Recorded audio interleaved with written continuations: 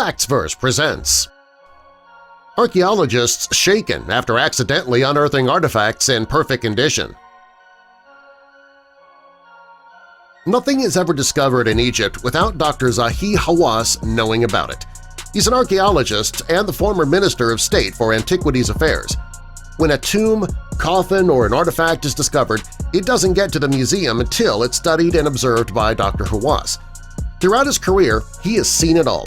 He's also known as the real-life Indiana Jones, and in October of 2019, he was working at a dig site not far from the Nile. What he and his team found during that dig left him speechless. It wasn't until a week later he received even more exciting information. This was the expedition that made his career. Dr. Hawass received word from the teams that he was overseeing regarding the discovery, and he was very excited. If his assumptions were correct, he believed he would be able to understand more about ancient Egyptian history. It all started in 2017 when he and his team arrived in the Valley of Kings, a spot off the Nile that was once part of Egypt's ancient capital city of Thebes. Dr. Hawass and his team were excited about the dig.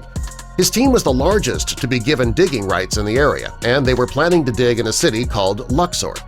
The area hadn't been explored very well since the 1920s. Howard Carter, an archaeologist, was searching in that area when he unearthed King Tut's tomb and allegedly awakened a curse that killed him and his dog.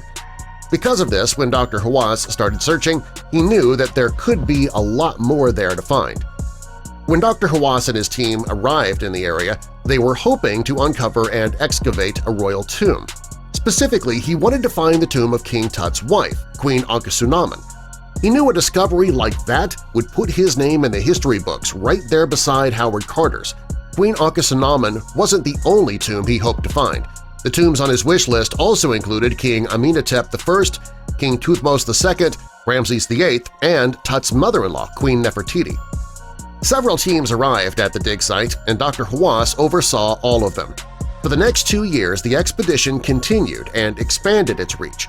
They had camps stretched west into the Valley of the Monkeys, but finally they found something.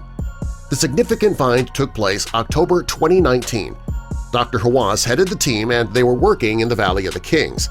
Even though Dr. Hawass had been involved in many significant digs over the years, this one left him at a loss for words. He and his team came across what he called an industrial area. It was an Egyptian factory complete with 30 workshops, and each of the subsections came off one central hub. According to Dr. Hawass, each workshop had a different purpose. Some were used to make pottery, some were used to produce gold artifacts, some made furniture. The evidence suggested the factory was built between 1549 BC and 1292 BC. Dr. Hawass and his team found plenty of amazing things. He found water tanks for workers and for houses. They also found some that were used to store clean materials for royal funerals. Up until that point, everything found came from the tombs.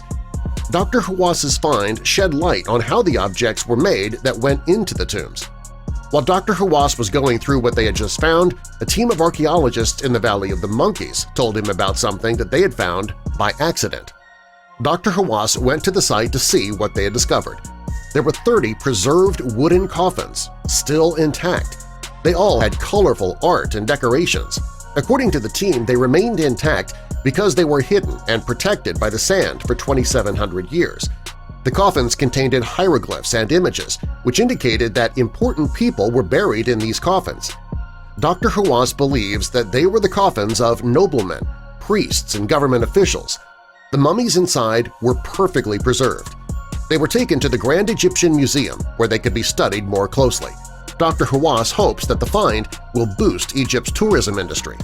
For Dr. Hawass, it was the find of his career. He plans to examine each of the coffins thoroughly himself, hoping he can figure out who each one belonged to. When he embarked on this search, he never expected to uncover so much of Egypt's history. Subscribe for more.